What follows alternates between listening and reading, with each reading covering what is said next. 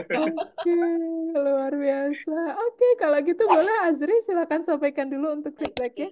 sebelumnya boleh applause dulu ya teman-teman buat Kak Fikri, keren banget. Em, di awal sih, ini mungkin aku langsung masuk aja ya, izin ya Kak Dira dan teman-teman juga. Em, di sini mungkin sebelumnya aku menempatkan diri sebagai orang yang tidak ada di bidang digital learning seperti itu gitu. Jadi aku memposisikan diri sebagai mungkin orang-orang orang yang tidak tahu apa-apa mengenai konsep digital learning dan lain sebagainya. Cuma mungkin semua pertanyaannya itu adalah derived from your CV gitu. Jadi dari CV purely ya. Karena ada tipe-tipe interviewer yang memang mereka tidak akan dari bidang yang sama dengan kita. Mungkin mereka tuh aktivis atau mungkin mereka bidang profesional lainnya yang sama sekali tidak ada background yang sama dengan kita seperti itu. Jadi itu tadi aku menempatkan posisinya seperti itu. Untuk perkenalan, mungkin untuk secara teknis dulu ya. Untuk secara teknis memang ada part yang mungkin nervous ya, dan itu sebenarnya understandable.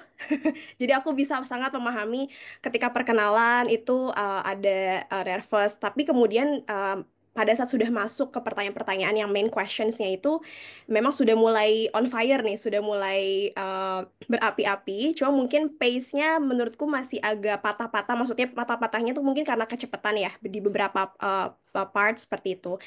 Jadi mungkin dengan banyaknya nanti mock, Mas Fikri itu nanti banyak mock, banyak berlatih, mungkin pace yang tadi masih cepat itu bisa dibuat lebih tenang, seperti air yang mengalir seperti itu.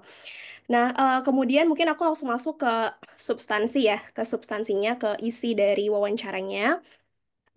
Pertama tadi dari perkenalan, sebenarnya dari perkenalan kalau menurutku nggak ada masalah, cuma mungkin tadi udah ada yang sedikit di-highlight mengenai alasan mengapa mengambil Monash University, spesifikasinya ke digital learning, seperti itu.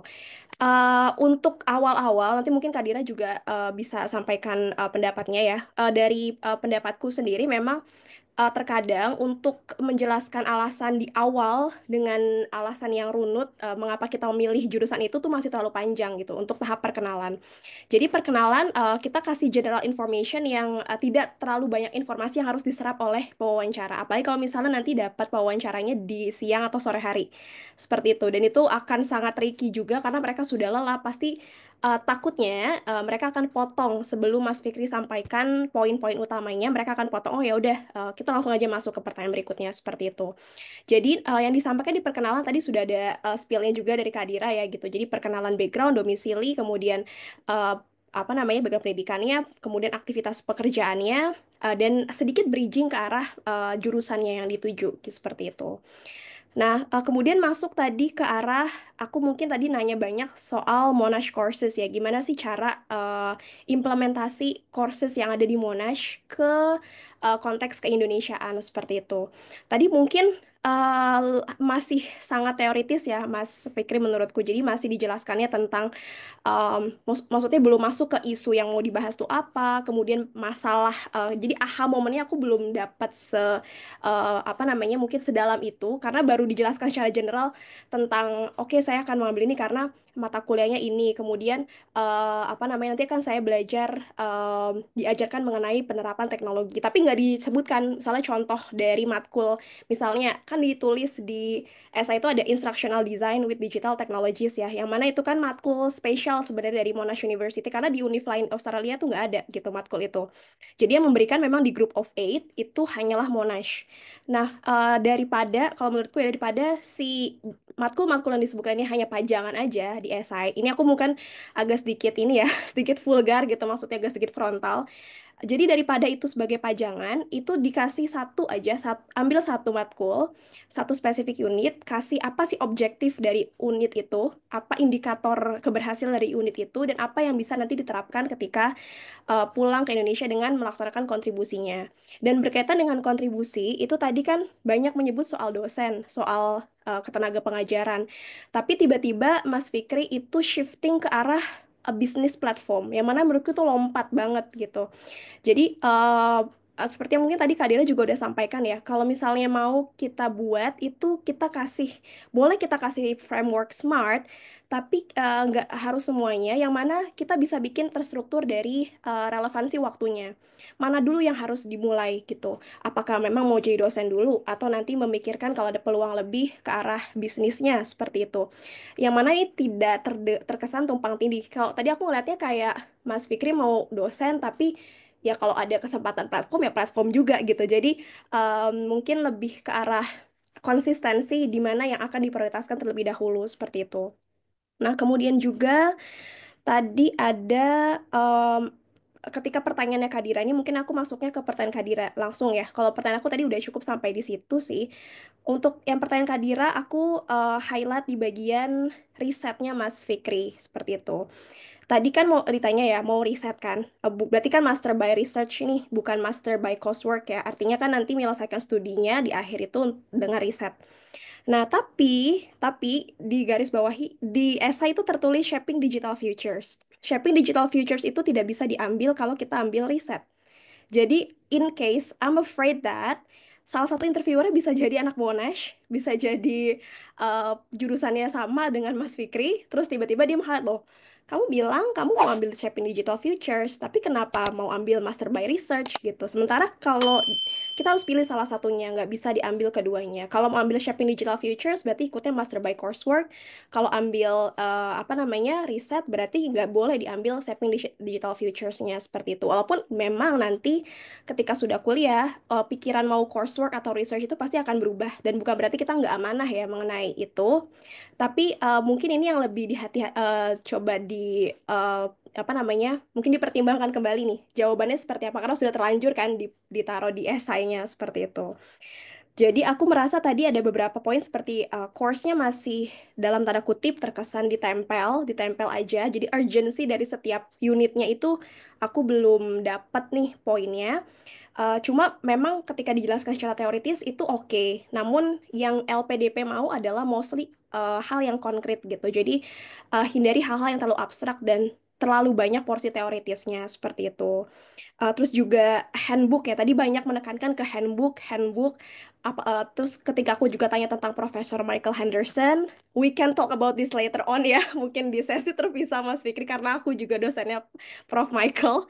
Jadi tadi tuh banyak kan fokusnya ke handbook gitu, jadi seolah-olah Mas Fikri rely on only ke apa namanya ke handbook. Sementara banyak yang bisa dilakukan selain fokusnya ke handbook, bisa ke alumninya, apalagi banyak alumni LPDP yang ambil di digital learning juga. Bisa juga ke apa namanya ke kontak admission timnya mereka sangat terbuka. Bahkan Prof Michael pun sebenarnya terbuka untuk pertanyaan-pertanyaan seputar riset seperti itu. Jadi mungkin nanti bisa dielaborasi lagi untuk jawaban-jawaban mengenai riset, mengenai pemilihan kampus, pemilihan course. Kurang lebih seperti itu. Jadi menurutku untuk pertama kali ya masih fresh banget itu oke banget sih Kak Dira. Jadi kalaupun ada hal-hal kayak yang tadi mungkin aku sampaikan ya itu understandable karena ini pertama kalinya mungkin dan ditonton oleh banyak orang juga seperti itu. Jadi pasti ngefek ya kan Mas Fikri gitu.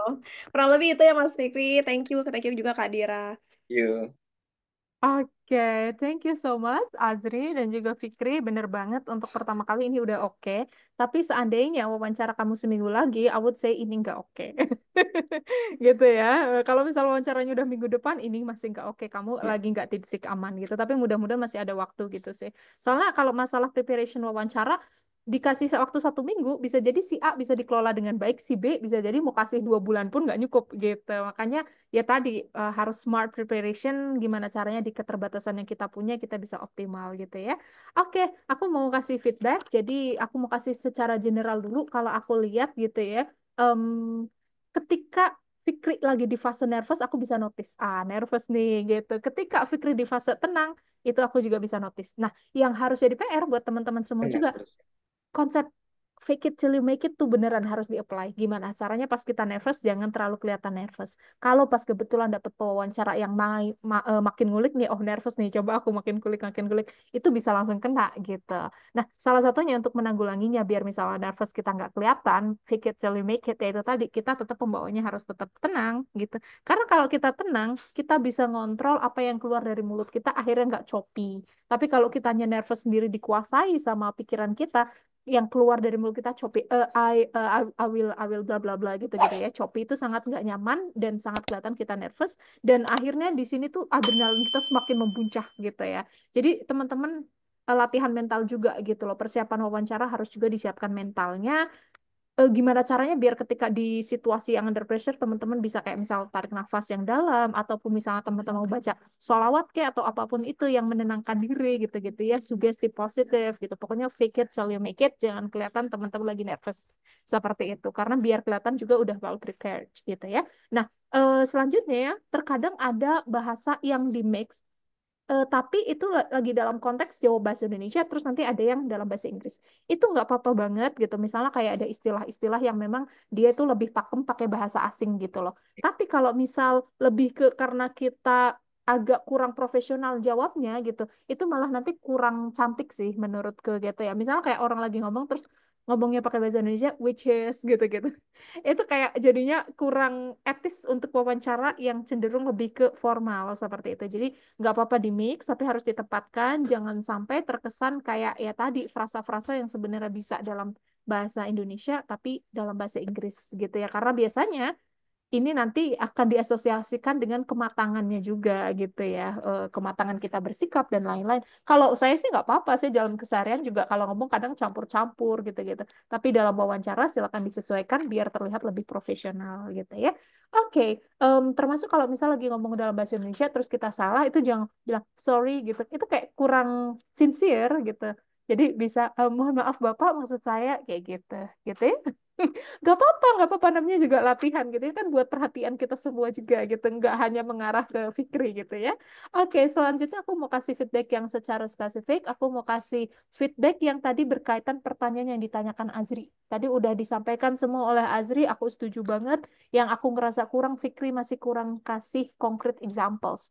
Contohnya, tadi Azri tuh ngasih pertanyaan yang menurutku ini banget loh, apa ya, istilahnya tuh kayak ngasih umpan biar langsung kamu dapat nih gitu urgennya. Tapi umpan itu nggak dipakai dengan baik. Contohnya Azri nanya, apa sih gapnya sekarang gitu yang kamu miliki gitu-gitu. Kamu sampaikannya how to use AI gitu-gitu loh. Tapi nanti di riset kamu gamification gitu loh. eh, Isu yang kamu angkat tentang visualisasi pembelajaran gitu. Itu menurutku kalau di breakdown bisa sendiri-sendiri gitu loh. Artinya kayak visualisasi pembelajaran kita bisa dalam konsep video pembelajaran aja itu juga udah masuk visualisasi, nggak harus yang gamification karena gamification pun nanti akan ada ethical implications yang terkait kompetisi di mana banyak orang yang nggak pro untuk kompetisi dalam sekolah. Itulah kenapa ujian nasional dihapuskan, itulah kenapa nggak ada sistem ranking dan lain-lain gitu kan. Kita kan mau mengarah ke arah situ biar nggak sistem kompetisi. Tapi kok yang kamu angkat malah gamification, seolah-olah nggak sejalan dengan prinsip yang diterapkan di kurikulum Merdeka atau yang lagi digaungkan gitu loh, biar kita pakai style di UK gitu. Kebetulan aku dulu di UK, jadi aku lebih tahu kalau di UK itu gimana. Mungkin di Australia juga 11-12 gitu, tapi memang di sana si anak-anak ini nggak dikasih kompetisi, bahkan kayak misal nilainya jelek atau bagus, itu mereka nggak akan tahu. Jadi ditanya siapa yang ranking satu, mereka pun nggak tahu ranking satunya siapa gitu-gitu. Diminimalisir mungkin, karena terkadang kompetisi against kolaborasi. Nah, yang lagi kita gaungkan tuh kolaborasi. Jadi kalaupun kamu mengangkat gamification, harus kamu bisa apa ya, pertahankan argumen kamu di situ biar jangan sampai kontra dengan prinsip kolaborasi yang lagi mau dibangun gitu-gitu, gitu ya. Oke, berikutnya tadi betul banget MK harus kamu eksplor. Aku belum ngeliat kamu benar-benar menguasai mata kuliah yang mau kamu ambil gitu ya. Terus tadi waktu kamu bilang yang kamu udah follow LinkedIn-nya profesor gitu, kamu bisa juga di situ tekanin udah banyak baca jurnalnya beliau gitu-gitu ya. Jadi ditekanin persiapan kamu untuk melanjutkan studi gitu. Oke, beri tambahan sedikit lagi pas tadi ditanya dilema etis, ini pertanyaan yang sangat mungkin banget ya ditanya oleh pewawancara, termasuk khususnya oleh psikolog gitu. Untuk pertanyaan-pertanyaan kayak gini buat teman-teman semua, jangan lupa dikasih value-nya gitu. Jadi dari situ aku belajar apa gitu lah, apa yang kemudian kita pelajari gitu-gitu value-nya. Tadi makanya ditanya lagi sama Azri, akhirnya kamu pilih yang mana gitu. Gitu ya. Itu artinya ngasih peluang banget gitu. Harusnya itu udah otomatis karena kalau pewawancaranya nggak sebaik Azri, udah langsung ditinggalin gitu, mau kasih value mau enggak gitu. Tadi tuh aku ngerasa Azri baik banget ngasih follow up gitu. Nah karena Azri tadi sudah baik banget, jadi aku coba buat yang jadi devilnya. Ya, tapi percaya deh teman-teman, nanti pewawancaranya yang nggak bermaksud untuk jahat gitu ya. Cuma memang sangat mungkin pewawancaranya ada yang main kayak killer gitu ya. Kayak kita dosen juga kan punya dosen killer, tapi kalau di personal approach ya pasti mereka baik-baik aja gitu. Jadi itu juga yang terjadi di wawancara. Teman-teman nanti jangan kaget kalau ada dapat pewawancara yang lumayan mungkin sarkas atau mungkin lumayan straight to the point gitu-gitu. Sejauh ini kan udah banyak nih teman-teman yang wawancara batch ini, itu pun beberapa ya bilang student-student study first, aduh kok aku dapat pewawancara yang killer gitu-gitu. Artinya memang sangat mungkin ada. Nah, kita harus siap untuk nanti pewawancara seperti apapun gitu ya. Oke, masuk ke feedback aku yang terbutir pertanyaan. Jadi secara spesifik aku mau address satu-satu. Tadi aku tanya mau jadi dosen di mana UNS, aku challenge kenapa nggak jadi dosen di Timur aja, di Timur lebih butuh gitu-gitu. Aku bahkan tanyain rasio dosen, belum bisa jawab, silakan dicek websitenya ya, dicek website, di situ nanti kan tercantum tuh rasio dosen dan mahasiswa gitu. Itu nanti Fikri harus siapin juga backup plan-nya kalau nggak di kampus UNS, kampus 2-nya apa, kampus 3-nya apa gitu. Tadi belum sempat aku challenge di situ, tapi itu harus kamu jadikan acuan juga untuk backup plan-nya mau jadi dosen di mana. Termasuk misalnya kalau nggak bisa jadi dosen gimana. Banyak yang setelah setelah pulang harus nunggu 3 tahun, 4 tahun untuk jadi dosen. Nah, kira-kira itu Fikri gimana gitu ya. Ini juga nyambung dengan feedback yang tadi Azri kasih, betul banget. Jadi kamu mau ke inikah apa namanya ya? Yang company base, yang bikin aplikasi atau mau jadi dosen. Karena bahkan kamu ngangkat jadi dosen, nggak satu pun terdengar kamu bawa tentang Tridharma perguruan tinggi. Yang harusnya itu menjadi soul dari argumen kamu sebagai dosen gitu. Tridharma perguruan tinggi itu harus kamu kulik dan itu harus terinternalisasi dari jawaban kontribusi kamu. Pengabdiannya di mana gitu ya, terus pengajarannya, penelitiannya gitu. Bahkan kamu untuk penelitian pun menurutku masih bisa dieksplor lagi, masih kurang matang gitu ya. Jadi kalau dosen itu pegangannya di tiga aspek itu kita udah kuat, kita terkesan udah kredibel untuk menjadi dosen gitu ya. Jadi nanti diperkuat juga. Termasuk tadi nanti silakan difikirkan karena udah nulis mata kuliah itu yang nggak bisa diambil dengan riset. Misalnya kamu nanti jawab, iya saya nggak akan ngambil riset.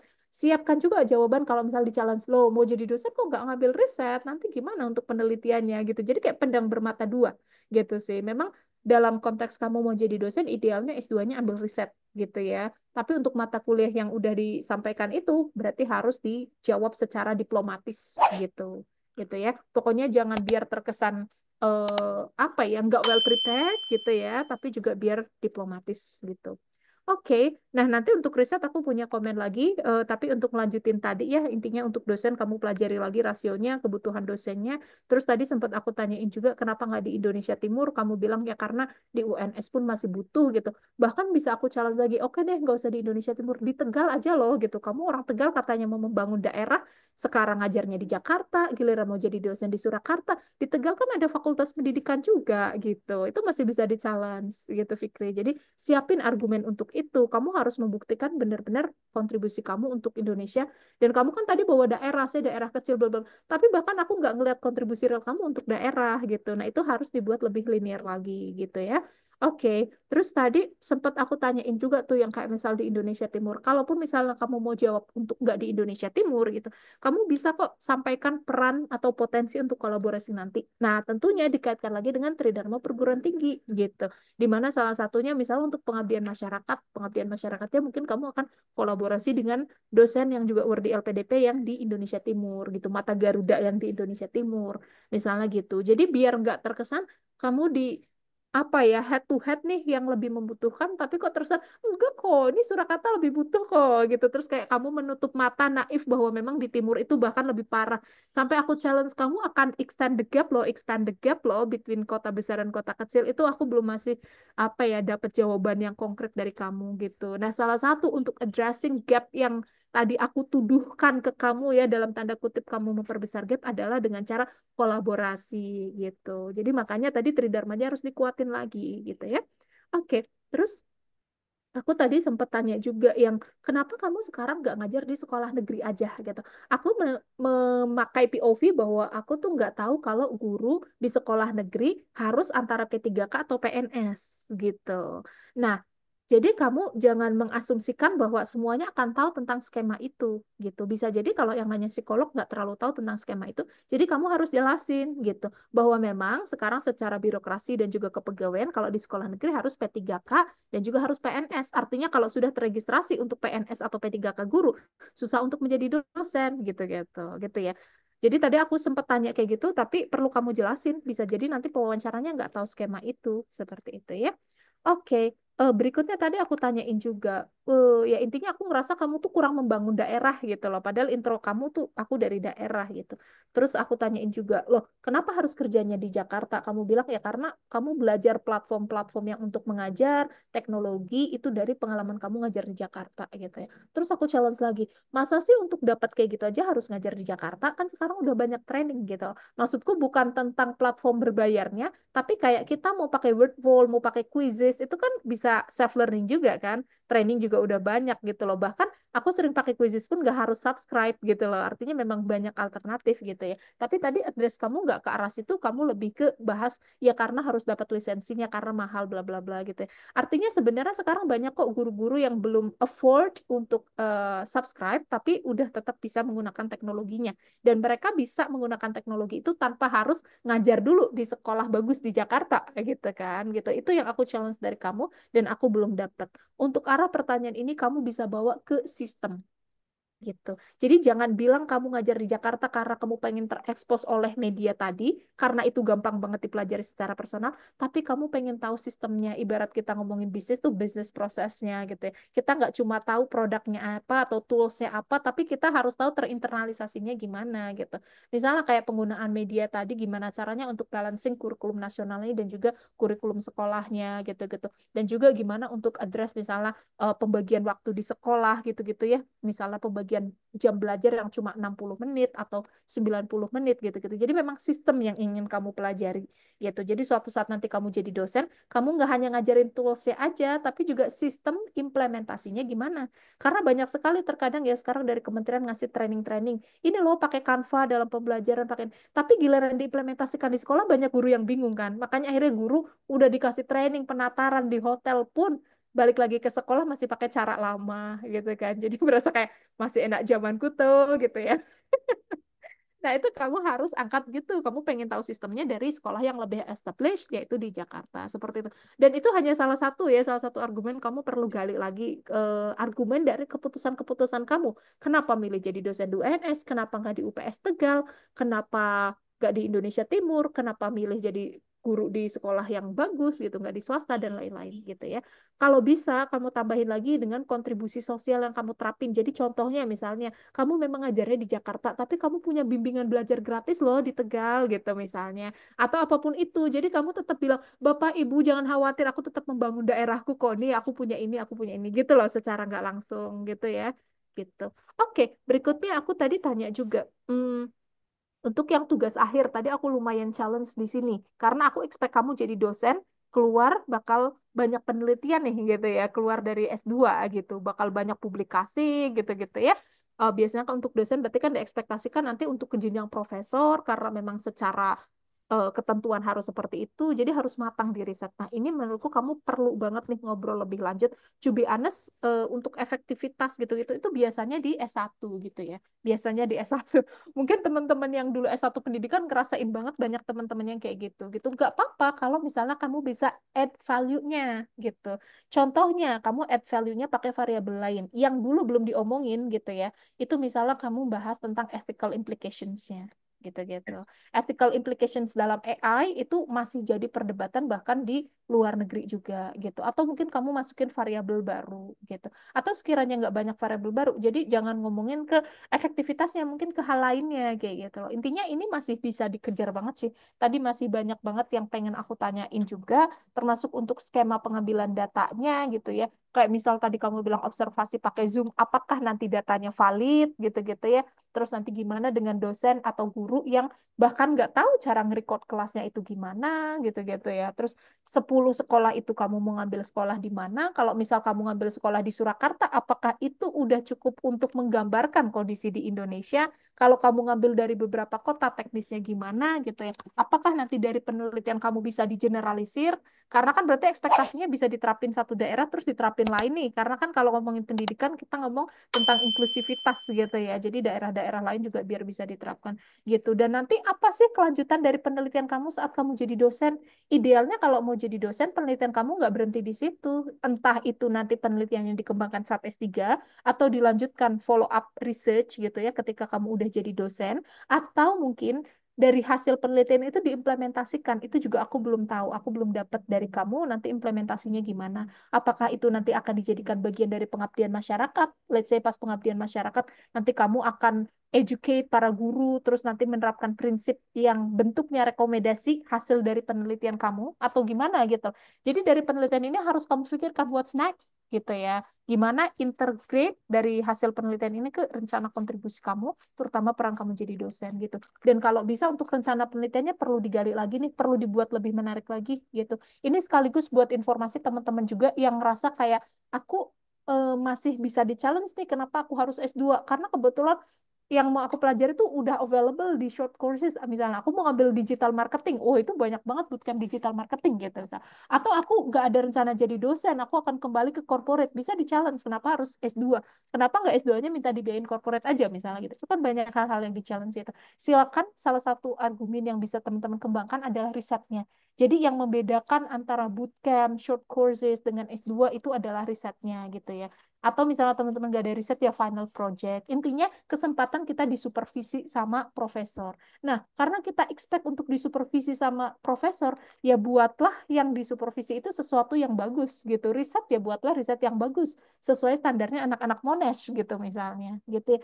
Jadi di situ bergaining power. Oke, dari panelisnya tuh aku kayaknya perlu deh gitu ya memberangkatkan anak ini nih, kandidat ini nih, karena dia risetnya bagus gitu ya.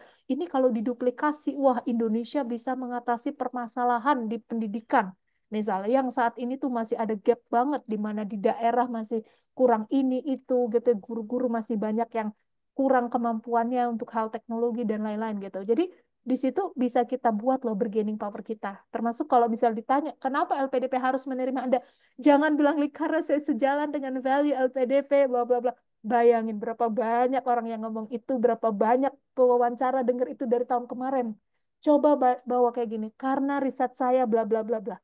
Kalau riset saya diimplementasikan berpotensi untuk bla bla bla. Udah itu kalau kita bisa sekonkret tuh, kita nggak usah pakai jawaban mainstream. Kita pakai jawaban mainstream kalau terpaksa banget. Aduh, bingung mau apa lagi. Nggak apa-apa pakai jawaban mainstream. Tapi kalau misal bisa dikulik, di situ kelihatan kita smart, critical thinking-nya juga bagus. Gitu ya. Jadi jawaban kita nggak mainstream. Bayangin wawancara udah jengah banget denger sejalan dengan value LPDP visi misi saya bla bla.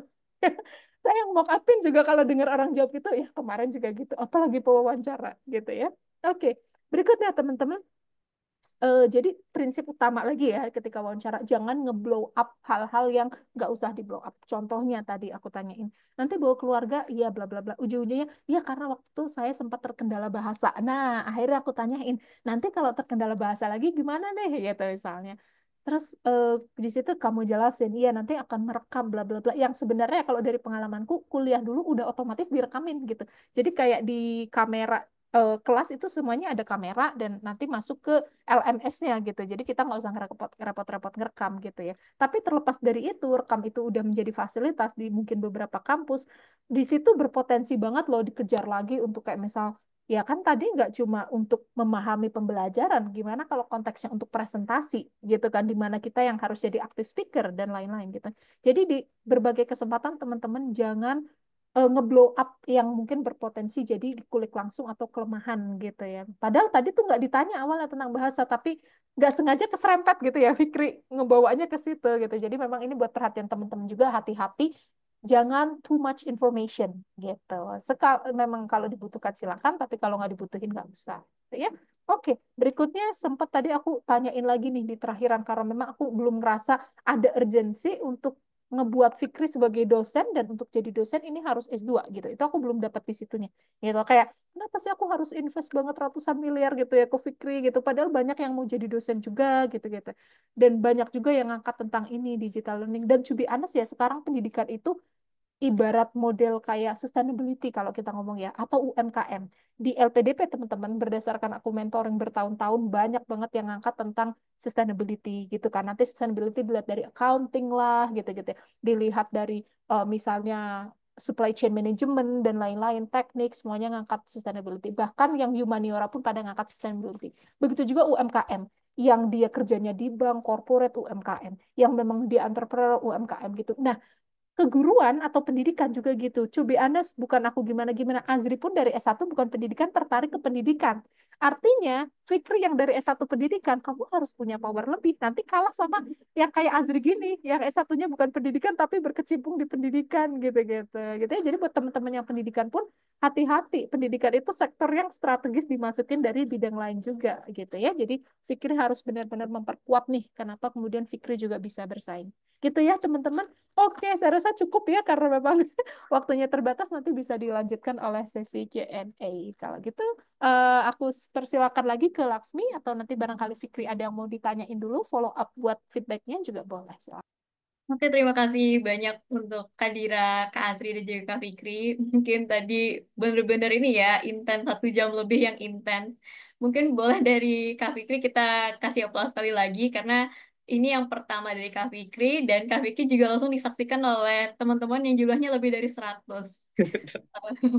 Mungkin kalau dari Kak Fikri, tadi kan udah banyak dikasih feedback dari Kak Asri dan juga Kak Dira. Mungkin dari Kak Fikri ada yang mau disampaikan gitu atas semua masukan dan juga saran yang tadi sempat didapatkan. Tadi kayak banyak banget dan saya yakin pasti dicatatnya banyak gitu.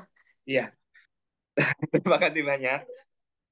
Udah, terima kasih banyak atas kesempatan yang telah diberikan dari Study First. Sebenarnya ketika ditawarkan dan saya terpilih itu terdidik sekali untuk menjawab ya tidak. Kemudian karena ada dorongan, coba gitu. Itu kesempatan yang tidak bisa didapat oleh orang lain. Meskipun ya banyak di grup, aduh nanti dilihatin 400 orang pertama kali nanti gimana. Tapi yaudah, saya beranikan saja ini. Eh, Terima kasih banyak. Saya mencatat hampir 3 halaman ya, lebih dari apa yang telah disampaikan terkait performa saya di Mockup ini. Terima kasih Kak Dira, terima kasih Kak Azri. Harapannya nanti bisa menjadi bahan bagi saya untuk menggali lebih karena memang jadwalnya alhamdulillah masih ada cukup waktu untuk persiapan ini. Itu saja mungkin dari saya yang bisa sampaikan. Saya terima kasih juga untuk Study First untuk kesempatan yang telah diberikan. Mohon maaf kalau masih ada kurang-kurangnya. Terima kasih banyak.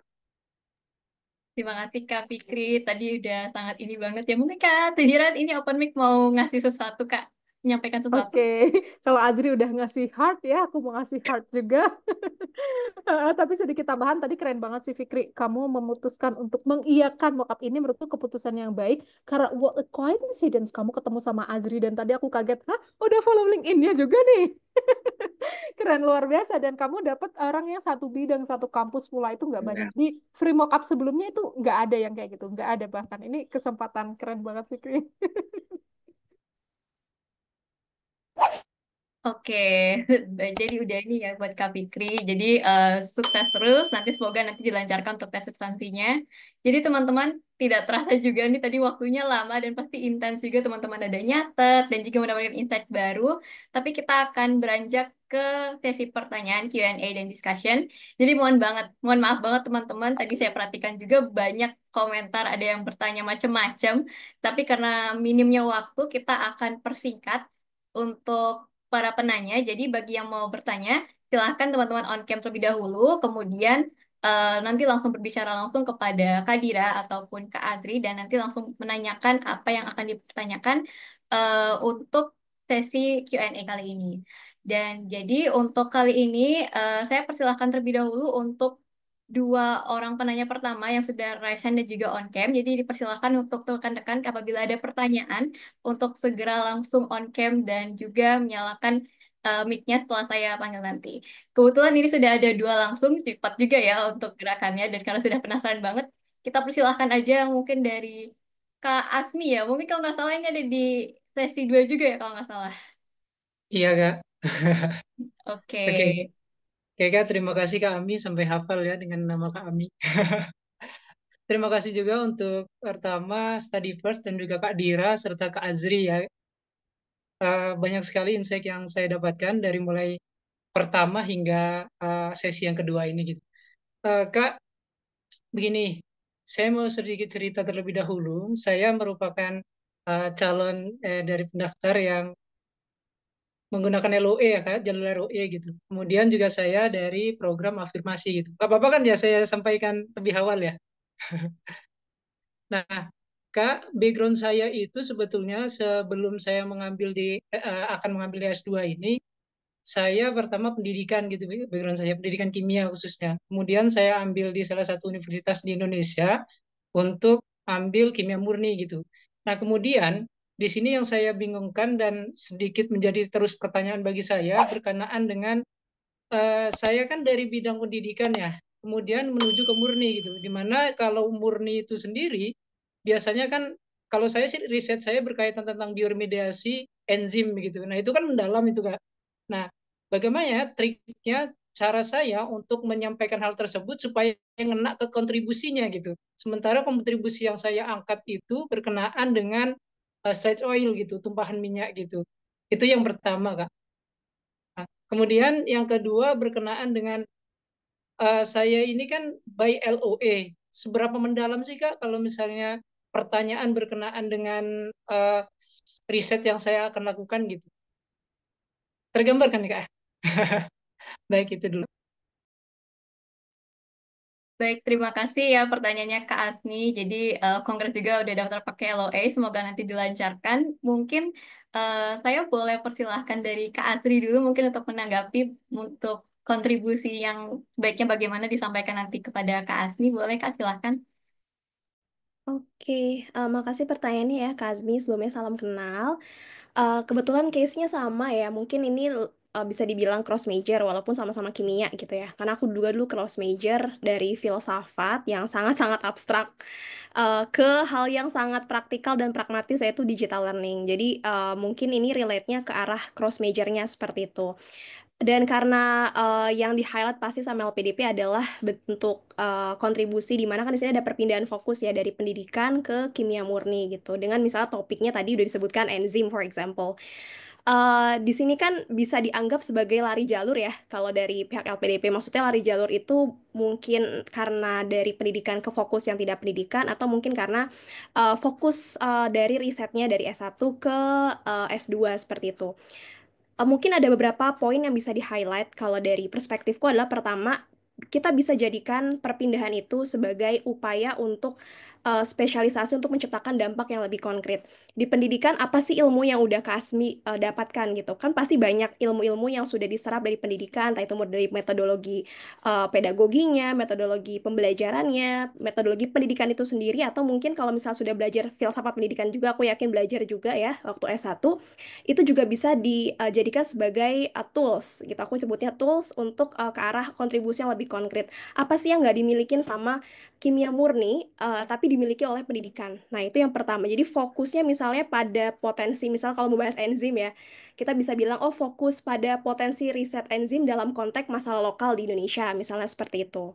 Nah, kemudian juga misalnya dalam segi pemanfaatan enzimnya sendiri atau pemanfaatan kontribusinya sendiri, misalnya dalam segi kalau memang apa namanya mau dikaitkan dengan pendidikan lagi, memanfaatkan edukasi risetnya, edukasi riset enzim, kemudian pemanfaatan enzim untuk lokal, kemudian mungkin pengembangan biodegradasi limbah, misalnya kalau memang perlu seperti itu.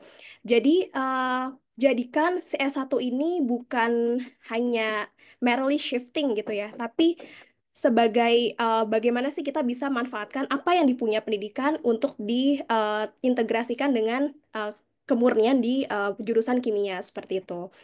Nah, kemudian untuk tadi pertanyaan yang kedua ya, mungkin aku geser sedikit. Ini nanti akan relate juga sih. Untuk pertanyaan kedua tentang LOE. Sama lagi sebenarnya case-nya aku sama Kak Azmi, aku daftarnya juga jalur LOE. Jadi interviewer lebih bingung lagi karena ini anak filsafat, terus tiba-tiba udah ada LOE gitu kan. Cross major dari yang apa namanya mungkin kalau apa dia bilang dari yang abstrak banget sampai ke hal yang sangat praktikal banget. Waktu itu aku ingat satu yang aku jelaskan ke interviewer adalah filsafat itu adalah tools. Jadi kalau misalnya aku ambil digital learning itu kayak apa namanya dalam tanda kutip kebun permainanku. Filsafat itu adalah toolbox gitu. Dimana aku bisa ambil alat apapun untuk aku kembangkan di kebunku sendiri seperti itu. Jadi aku menggunakan filsafat di sini sebagai kerangka berpikir, fundamental knowledge yang diimplementasikan di lahanku gitu yaitu di S2 seperti itu. Jadi mungkin nanti bisa disesuaikan dengan apa namanya fokus kepada misalnya kesesuaian antara program S1 tadi ya dengan S2-nya, yang mana LOE ini kan sebenarnya bukan dalam artian orang yang punya LOE peluangnya lebih tinggi daripada orang yang belum punya LOE seperti itu ya. Dan sebaliknya. Jadi jadikan LOE ini sebagai bentuk branding diri di mana universitas itu sudah percaya nih sama Kak Azmi untuk ada di jurusan kimia murni seperti itu. Artinya dari pihak Univ pun sudah percaya bahwa Kak Azmi itu bisa membawa sesuatu dari S1 bisa diintegrasikan ke S2 dan menjadi kontribusi yang konkret nantinya seperti itu. Kurang lebih seperti itu kalau dari aku ya, Kak Asmi. Thank you. Terima kasih dari Kak Adri. Mungkin kalau dari Kak Dira ada yang mau ditambahkan untuk statement lanjutannya? Oke, aku mau clarify dulu sih. Jadi kalau dari Asbi ini rencana kontribusinya apa nih? Gini ya, di Kepulauan Riau itu kan saya dari Kepulauan Riau gitu. Kepulauan Riau itu sludge oil itu bahan minyak di wilayah pesisir Bintan dan beberapa pulau-pulau lain. Nah itu sering terjadi gitu, mengingat juga jalur apa perlintasan internasional dari kapal-kapal kan Kak. Kemudian juga disinyalir dari beberapa PT-PT yang membuang tumbahan minyak tersebut di laut-laut internasional begitu kan. Nah, sejauh ini untuk penelitian yang sudah ada itu adalah biodegradasi tapi arahnya ke biologi gitu. Nah, kemudian kalau untuk kimia ini kan setelah saya analisis dengan beberapa dosen-dosen saya, itu yang paling berkenaan dengan enzimnya itu sih gitu. Saat Gitu, ini kamu demikian. kerjanya di mana dan setelah S2 mau kerja di mana? Nah, begini, kalau yang ditampilkan di esai, jujur saya sama dengan Kak Fikri tadi, saya ingin menjadi salah satu dosen juga di universitas kemarin saya yang di Kepulauan Riau, salah satu universitas satu-satunya universitas negeri di Kepulauan Riau gitu.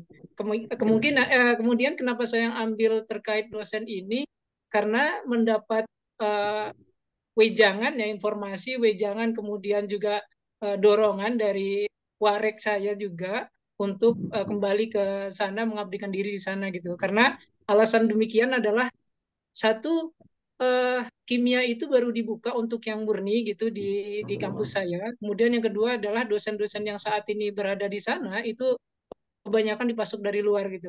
Sehingga sangat Oke. memungkinkan demikian gitu. Oke, oke.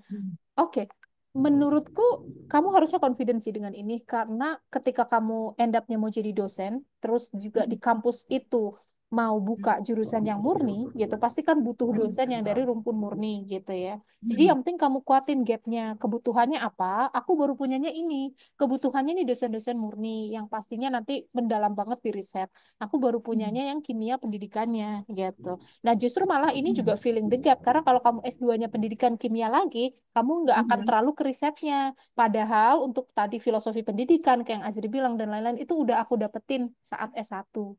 Gitu. Jadi aku benar-benar sekarang untuk mengabdikan tadi salah satu di Tridharma perguruan tinggi, yaitu untuk penelitian, aku pengen into banget ke research, makanya aku ngambil yang murni. Nah, yang menurutku juga potensi untuk di-challenge adalah, karena kalau dari sini kan kesannya kayak kamu bakal ke research banget nih. Terus kenapa nggak kamu ambil S2 di luar negeri aja, yang mungkin untuk bidang ini udah lebih berkembang gitu. Itu bakal potensi lagi di challenge gitu ya. Jadi untuk gapnya menurutku udah clear. Yang penting di situ kamu perjelas lagi karena nanti gimana caranya kamu menyampaikan, bisa aja nanti di challenge loh. Kalau misalnya memang kamu mengurusinya minyak, limbah dan lain-lain, kenapa nggak jadi praktisi aja nanti biar bisa jadi Iya, konsultan dan lain-lain gitu loh. Kenapa jadi iya, dosen gitu? Mungkin di situ iya. salah satu yang bisa kamu angkat adalah karena untuk menyelesaikan permasalahan ini nggak cukup satu dan dua orang.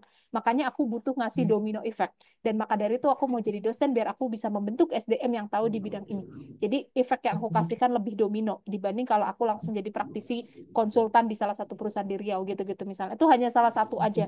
Masih bisa dieksplor lagi banyak argumen lainnya gitu ya. Jadi kamu tekanin gapnya dan kamu bilang untuk mengisi gap ini ya memang di S2 murni itu. Gitu. Dan nanti silakan kamu challenge diri kamu untuk pertanyaan-pertanyaan lain yang bersifat UGM. Tadi aku bilang, kenapa nggak di luar negeri gitu, kenapa nggak jadi praktisi dan lain-lain gitu. Terus untuk melanjut pertanyaan kedua, seberapa dalam udah dapat LOE nanti dieksplor, tetap Iya. kamu harus antisipasi juga. Selain misalnya di challenge kenapa nggak di luar negeri, kenapa nggak misalnya kayak di pendidikan di Indonesia kan bisa di UPI, ya kan? Atau misalnya bisa di UNY dan lain-lain. Oh, maaf, murni ya? Murni. Iya, Oke, iya. Kalau gitu ya, nanti misalnya kayak di UGM, kenapa nggak di UI ataupun kampus-kampus lain kayak gitu sih. Jadi tetap harus kamu siapin, jangan buat teman-teman juga yang udah punya LOE, oh aku nggak mungkin di challenge kampus lain nih, gitu. Bisa aja misalnya teman-teman ngambilnya kebetulan ITB gitu ya. Ternyata dosennya tuh dosen UI, ternyata di UI pun ada jurusan itu dan juga bagus juga. Terus teman-teman kayak di skakmat di situ itu jangan sampai gitu ya. Jadi tetap harus iya. antisipasi gitu. Boleh nggak satu lagi Kak Dira?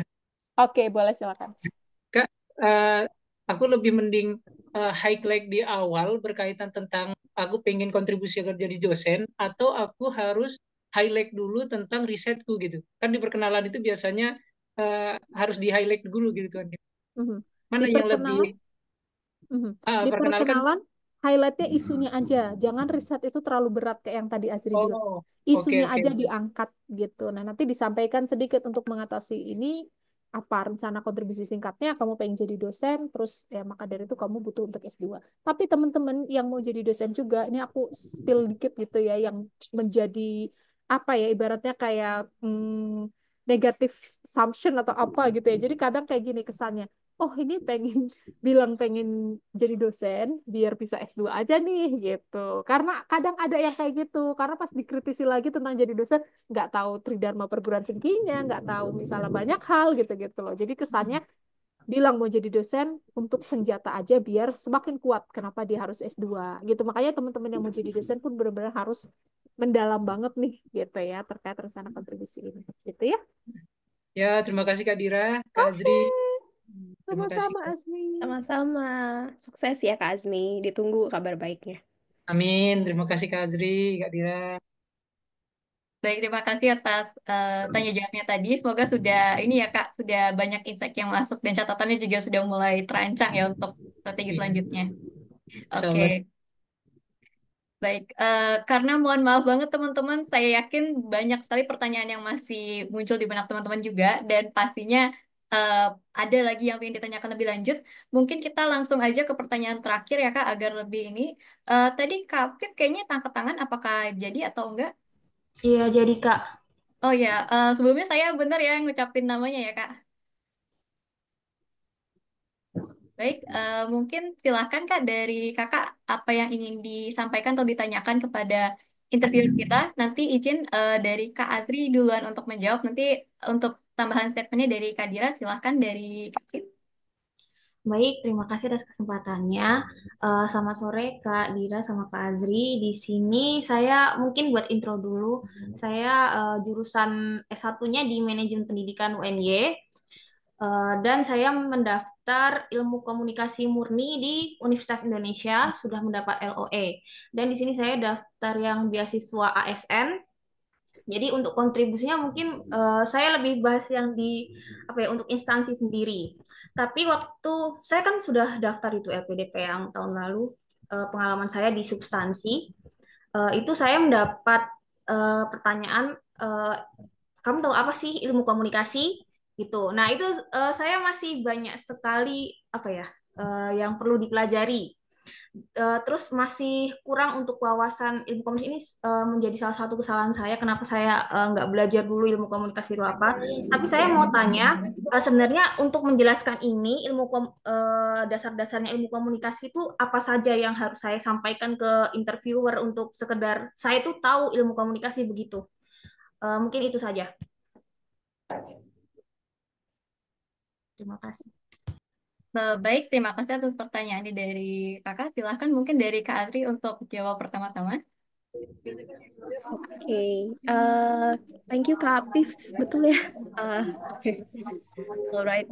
Semoga betul apa namanya pronounce-nya. Ini menarik sih karena kan balik lagi nih masuknya cross major ya Kak Apif, betul ya, dari yang manajemen ke ilmu komunikasi murni. Betul ya, dari terlebih dahulu. Oke, terima kasih. Eh, Kalau dari, karena aku juga sempat ditanyain pertanyaan yang sama ya, apa yang kamu ketahui tentang digital learning? Sebenarnya kurang lebih kan pertanyaannya sama, terkait dengan jurusan yang pernah maksudnya yang akan didaftarkan gitu. Kalau aku waktu itu, mungkin ini berdasarkan apa namanya, berdasarkan pengalamanku ya, untuk menjawab pertanyaan-pertanyaan yang seputar, sebenarnya ini mungkin ilmu pengetahuan general terkait dengan tujuan kita studi seperti itu. Jadi mungkin bisa kita berikan pertama, kalau waktu aku memberikannya definisi singkat mengenai digital learning itu sendiri. Jadi mungkin nanti Kapif juga bisa mulai dari uh, definisi singkat mengenai ilmu komunikasi, baik itu dari perspektif umum maupun nanti Kapif bisa kerucutkan nih sebagai perspektif personal. Tapi masih ada align-nya secara logis seperti itu. Kenapa perlu ada personal statement dari kita sendiri dalam ilmu komunikasi? Karena dari situ si interviewer akan tahu apa sih yang kita bisa gunakan dari ilmu komunikasi, nggak hanya sekedar copy paste dari pengertian-pengertian umum seperti itu. Jadi mereka juga akan tahu praktikal dari ilmu komunikasinya itu apa.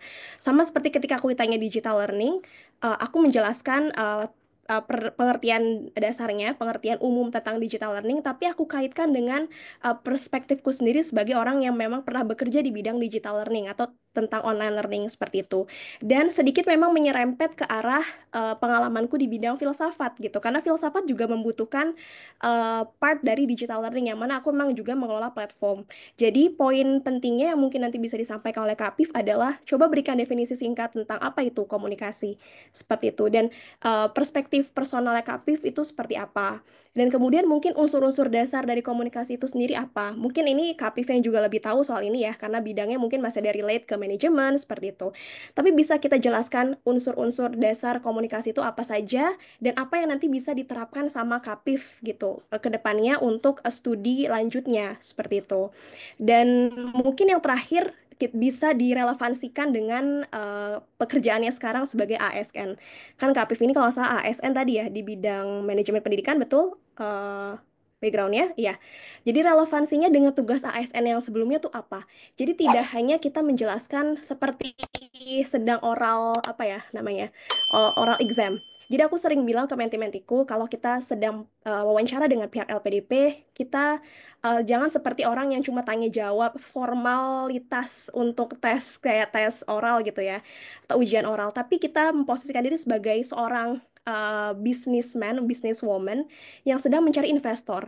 Karena si interviewer LPDP ini yang akan menentukan apakah mereka mau berinvestasi ke kita. Jadi sebisa mungkin kita convince mereka, kita kasih penjelasan yang tidak hanya dipahami, yang tidak hanya akan dipahami oleh orang dari bidang yang sama dengan kita, tapi untuk semua interviewer dari semua kalangan itu bisa paham apa yang kita maksud gitu. Convincing, persuasif, tapi masuk akal, itu yang mereka cari gitu. Alasan-alasan yang membuat, oh saya harus berinvestasi ke dia, karena kontribusinya dia nyata, dan dia layak gitu untuk saya biayai, seperti itu. Jadi mindsetnya adalah mindset yang apa namanya, seperti kita sedang presentasi bisnis ya, presentasi proposal bisnis. Gimana cara kita menjelaskan ini dengan menarik, tapi juga tidak unlogically connected gitu, tapi tetap logis dan ada pengaruh nyatanya seperti itu. Jadi mungkin itu kalau dari aku ya, Kak Pif gitu. Semoga membantu. Thank you.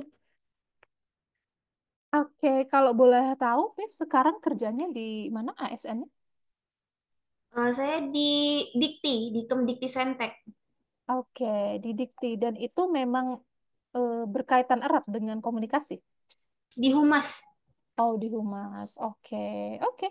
menurutku dari posisi itu sangat mungkin ya kemudian untuk komunikasi. Berarti memang yang harus kamu lakukan adalah go into detail dari komunikasi itu yang dibutuhkan apanya gitu.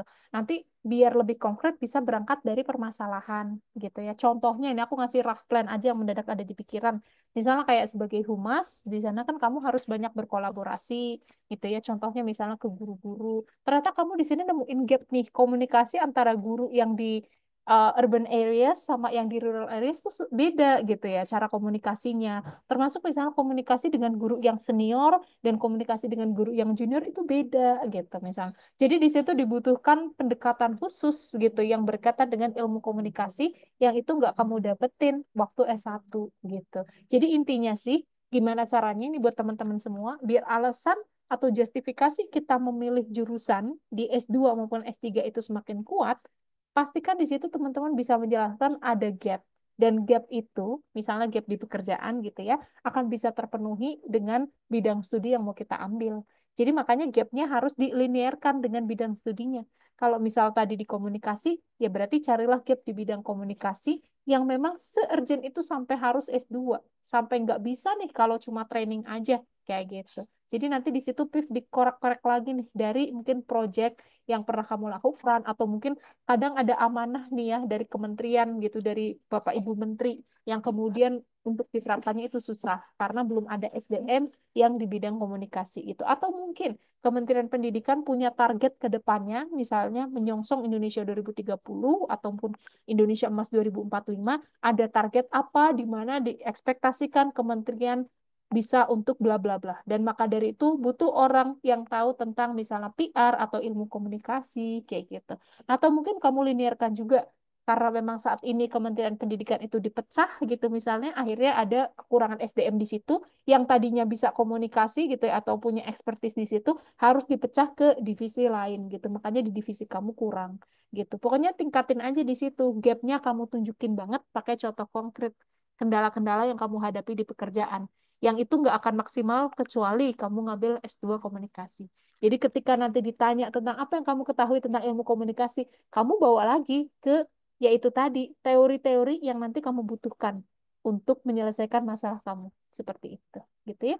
Baik, terima kasih jawabannya tadi lengkap dari Kak Azri dan juga dari Kak Dira. Mungkin dari Kak Pip bagaimana Kak? Apakah bisa diterima untuk jawabannya? Iya Kak, sudah. Terima kasih. Baik, terima kasih ya Kak sudah bertanya juga. Mungkin juga mewakili beberapa pertanyaan teman-teman juga yang belum sempat untuk bertanya. Jadi teman-teman sekalian, mohon maaf sekali karena kita sudah lewat juga ya, sudah lumayan lewat juga dengan waktu yang batas ditentukan. Mohon maaf untuk pertanyaan-pertanyaan teman-teman belum bisa dijawab semuanya, tapi saya harap ada beberapa pertanyaan yang setidaknya tadi ada yang ketangkep dari feedback dari mungkin dari Kak Fikri, atau mungkin dari pertanyaan dari Kapip dan Kak Asmi, semoga itu bisa membantu teman-teman untuk lebih mengenal lagi tes substansi untuk LPDP. Nah, jadi kalau misalnya teman-teman sudah lihat nih tadi Primokapnya seperti apa, kurang lebih gambaran untuk interview di LPDP adalah seperti ini. Mungkin nanti akan ada tambahan orang, mungkin ada 3 interviewer, ditambah psikologi ya Kak, mungkin kalau gitu. Nah, jadi mungkin teman-teman ingin menggali lebih dalam lagi terkait bagaimana cara belajar yang benar, apakah menghadapi para interviewer dengan taraf yang beda-beda juga, ada yang mungkin soft spoken, tapi ada yang langsung mungkin nembak secara detail. Nanti teman-teman bisa banget join di Study First. Karena Kak Azri sendiri juga merupakan mentor di Study First, jadi kalau misalnya teman-teman ikut, siapa tahu nanti akan di-mentoring langsung oleh Kak Adri ataupun dari Kak Dira sendiri. Jadi gimana caranya? Teman-teman kalau sudah tergabung dalam grup, silahkan diklaim voucher yang tadi diberikan oleh Kak Dira. Lalu bisa komunikasikan juga ke admin di grup atau di grup. Dan kalau misalnya masih belum dibalas, mohon maaf, kami juga ada beberapa mentis juga yang sedang rekomendasi dan juga penempatan kelas. Jadi teman-teman mohon ditunggu terlebih dahulu. Dan nanti setelah teman-teman dapat dan terdaftar, nanti tentunya akan ditanyakan kepada teman-teman penjurusannya itu mau kemana, fokusnya nanti akan ke bidang apa. Jadi di Study First seperti dikatakan oleh Kak Dira juga, kita punya dari berbagai bidang, selain dari pendidikan seperti Kak Azri, ada juga yang di STEM, ada yang dari teknologi, ada yang dari bisnis, dan juga ada yang dari kedokteran yang seperti pada mock-up kemarin. Jadi silakan teman-teman untuk diklaim, batasnya sampai jam 11.59 WIB. Dan apabila nanti teman-teman mau ada pertanyaan dan terkait hal seputaran mockup interview LPDP di Study First, nanti jangan malu untuk bertanya kepada admin, bisa dari sosial media kami juga. Selain dari WhatsApp, kita juga ada Instagram dan TikTok. Jadi silakan teman-teman untuk memanfaatkan peluang voucher ini untuk latihan lebih lanjut lagi. Karena tadi sebenarnya masih banyak yang bisa dikulik-kulik dari Kak Azri dan Kak Dira. Dan pastinya teman-teman juga ingin dapat pemantapan yang lebih dalam lagi kan untuk khususnya buat LPDP nanti. Jadi silahkan diklaim untuk vouchernya. Dan jangan lupa teman-teman ini sudah diberikan absensinya dari kakak-kakak yang bertugas. Jadi silahkan cek di kolom komentar. Ada Bitly presensi pre-mockup 3. Itu silahkan teman-teman isi agar dapat mendapatkan rekaman sesi kali ini. Kurang lebihnya seperti itu. Nanti kalau misalnya tertinggal untuk presensinya, nanti di grup juga akan diulangi lagi untuk presensi. Jadi jangan sampai teman-teman tidak presensi karena rekaman kita akan dikirimkan setelah teman-teman mengisi link presensi. Jadi kurang lebihnya demikian. Kita sudah nyaris jam setengah 5 nih untuk waktu Indonesia Barat. Saya dan teman-teman Study First pamit undur diri terlebih dahulu. Terima kasih banyak untuk Kak Dira dan Kak Asri sebagai narasumber sekaligus interviewer hari ini. Kepada Kak Fikri juga udah mock up di depan kita, memberikan sampel. Dan juga untuk teman-teman penanya dari Kak Asmi, Kak Pip, dan juga teman-teman lainnya yang bertanya juga di kolom komentar. Nanti silahkan kita bisa lanjutkan diskusinya lebih lanjut, baik di forum sosial media atau di kelas mock up nanti teman-teman kalau ikut. Kurang lebihnya saya mohon maaf apabila ada kesalahan dalam acara ataupun perkataan. Saya akan tutup dengan ucapan terima kasih. Jadi selamat sore untuk teman-teman sekalian. Assalamualaikum warahmatullahi wabarakatuh. Om Santi Santi Om, Shalom, dan selamat berakhir pekan ya. Bukan berakhir pekan lagi, ini udah hari Minggu. Jadi selamat berlibur, long weekend. Silakan teman-teman untuk melakukan aktivitas masing-masing. Kembali saya ucapkan terima kasih banyak.